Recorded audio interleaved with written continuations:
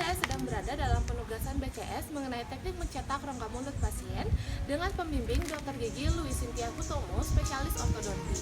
Jadi dalam video kali ini saya akan menjelaskan kepada teman-teman semua mengenai teknik mencetak rongga mulut pasien, khususnya pencetakan pendahuluan atau preliminary impression atau pencetakan anatomis.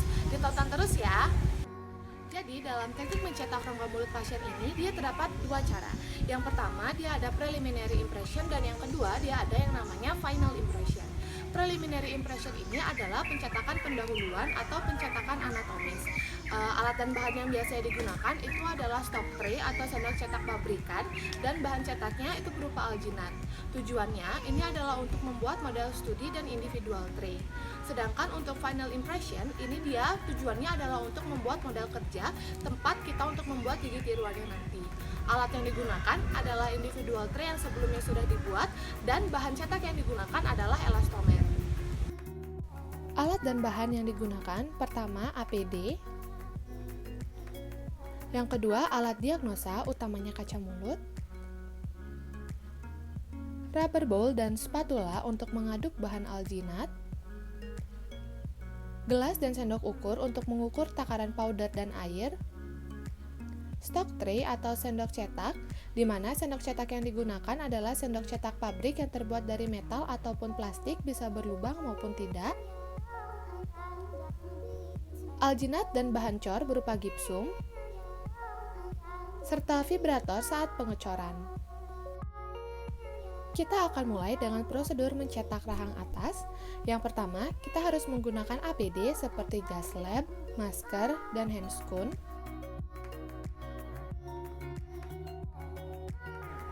Kemudian, atur posisi pasien supaya duduk lurus menghadap depan, di mana rongga mulut pasien setinggi bahu siku operator. Pastikan rongga mulut pasien berada dalam keadaan bersih. Minta pasien untuk berkumur terlebih dahulu dan atur posisi pasien supaya bidang oklusal rahang atas sejajar dengan garis chamfer. Dalam melakukan pencetakan rahang atas, operator akan berdiri di belakang sisi kanan pasien sehingga operator dapat mengontrol sendok cetak dengan baik.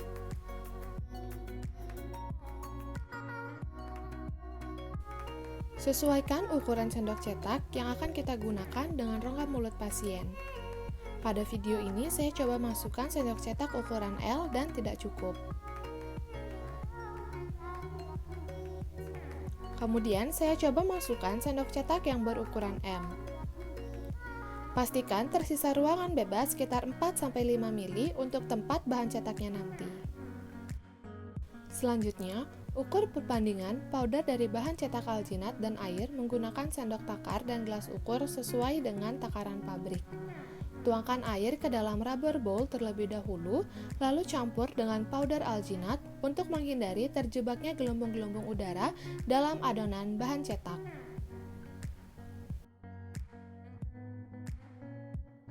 Aduk bahan cetak dan air dengan gerakan angka 8 sambil adonan ditekan ke dinding rubber bowl atau vigorous hand mixing hingga adonan terlihat homogen, yaitu adonan sewarna, konsistensi lunak, dan permukaannya halus. Dalam video ini, bahan alginat yang digunakan sudah rusak sehingga tidak bisa menjadi homogen.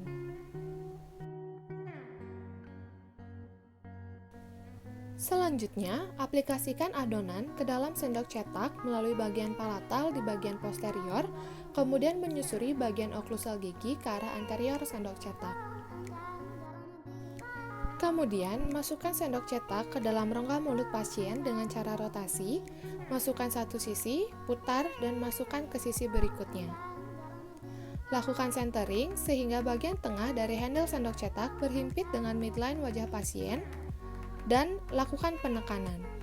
Dalam melakukan penekanan, kita bisa tekan bagian posterior terlebih dahulu supaya bahan cetak mengalir ke anterior dan tidak tertelan oleh pasien. Jika pasien merasa mual, minta pasien untuk mengatur nafas, duduk lebih tegak, dan sedikit menunduk. Kita bisa lakukan trimming, jadi jari-jari dimasukkan ke dalam vestibulum sehingga daerah sulcus dapat tercetak dengan baik. Lakukan fiksasi hingga bahan cetak setting, dan setelah bahan cetak setting, lepaskan sendok cetak dari dalam rongga mulut pasien. Selanjutnya adalah pencetakan rahang bawah. Dalam melakukan pencetakan rahang bawah, terdapat beberapa perbedaan dengan prosedur pencetakan rahang atas, seperti posisi pasien. Posisi pasien diatur supaya bidang oklusal rahang bawah pasien sejajar dengan Frankfurt horizontal plane, jadi boleh dibuat lebih rendah daripada saat mencetak rahang atas.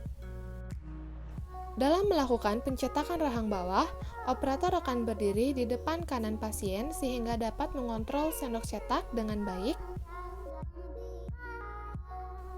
Operator tetap harus menyesuaikan ukuran sendok cetak yang digunakan dengan rongga mulut pasien. Seperti biasa, pastikan tersisa ruangan bebas sekitar 4-5 mili untuk tempat bahan cetaknya nanti.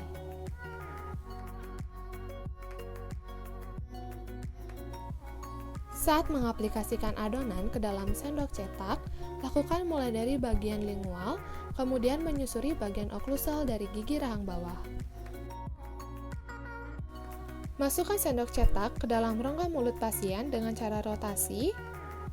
Masukkan ke satu sisi terlebih dahulu, diputar dan masukkan ke sisi berikutnya. Lakukan centering, dan berikan penekanan. Instruksikan pasien untuk mengangkat lidah, menjulurkan dan meletakkan lidahnya di atas sendok cetak supaya dasar rongga mulut dapat tercetak dengan baik.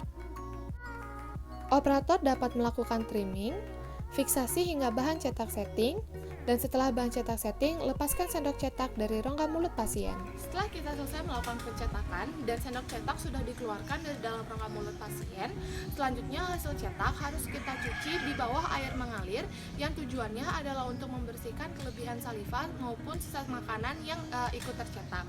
Di sini kita tidak bisa melakukan perendaman karena bahan cetak alginat ini dia dapat menyerap air atau disebut sebagai imbibisi yang membuat hasil cetakan nanti menjadi mengembang. Jika kita tidak langsung melakukan pengecoran terhadap hasil cetak alginat, maka kita bisa meletakkan tisu yang lembab terlebih dahulu di atas di atas hasil cetakan tersebut, sehingga nanti bahan cetaknya tidak mengalami shrinkage atau menyusut. Namun hal ini juga tidak bisa dilakukan terlalu lama karena balik lagi ke sifatnya yang tadi, itu bahan cetak alginat dapat menyerap air dan menyebabkan dia menjadi imbibisi. Prosedur pencetakan kita dikatakan berhasil apabila hasil cetakan kita nantinya tetap menempel pada sendok cetak, kemudian tepi cetakannya membulat.